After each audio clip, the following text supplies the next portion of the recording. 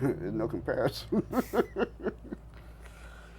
The people, not only in Europe, in Asia, probably more so in Asia. When I first started going to Europe in '75 with Arnett, people were listening more.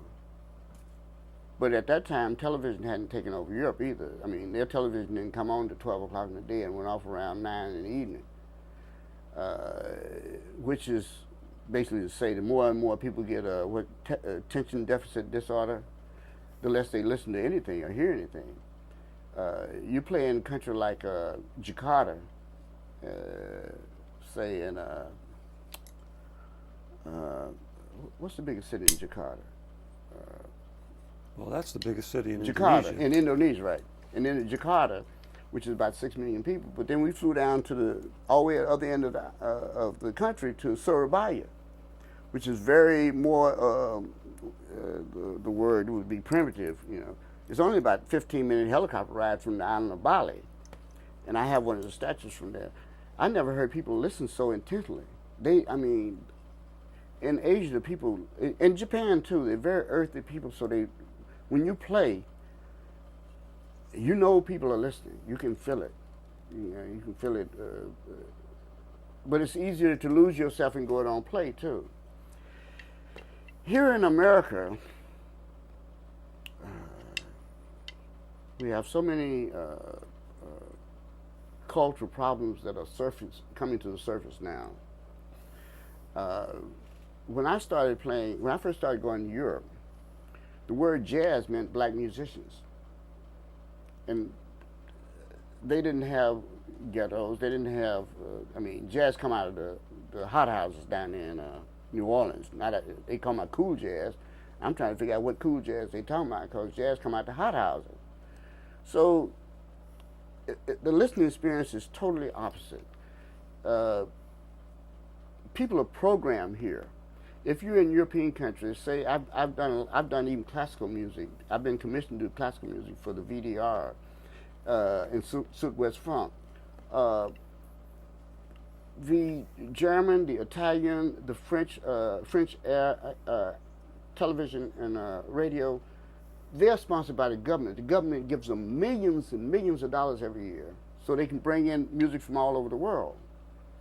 So what I'm getting at is not, the people are exposed. You can be listening to Ray Charles, Charlie Parker, Beethoven, Chopin, and then go back to Monk or Mingus or Betty Carter, then to Ornette Coleman, then to Rachmaninoff, then to Franz Liszt, and then you might hear Fats Domino or Little Richard, and then there's something by Paganini, all within a couple hour period of time on the radio.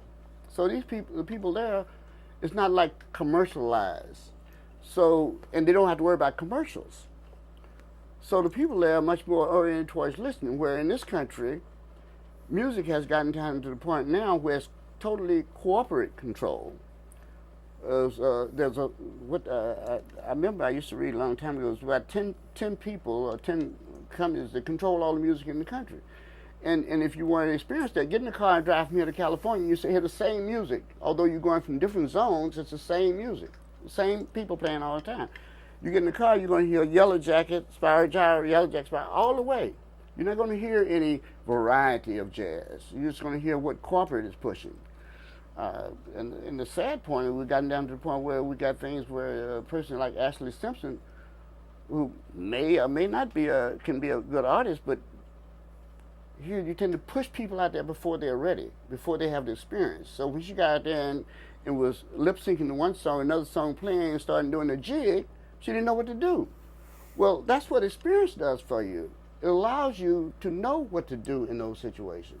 Not to get on television, national television, and make a boo-boo like that, and then do the same boo-boo. People don't know she made the same boo-boo at Radio City Music Hall about a week later. But it wasn't on television, so you didn't hear about it. But my point is this: now we got to a situation you do at American Idol, which is one of the biggest more people watch American Idol than the political and all the rest of stuff on TV. Well, the days I came up, like I grew up on the South Side, you were chosen by the people. The people knew who could play. It wasn't because your daddy could, your mama could afford you an instrument. No, it's who can play. And don't dare get up there unless you've been confirmed by them. In other words, what they're talking about, the village. The village chose the players.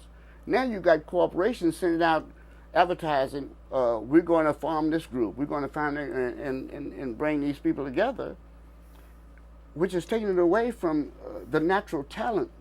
I mean, it's almost like if Jesus appeared back here now, he'd be booed off the stage like everybody else.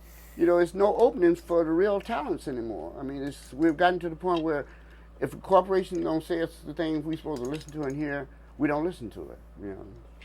So that's basically the way I see it.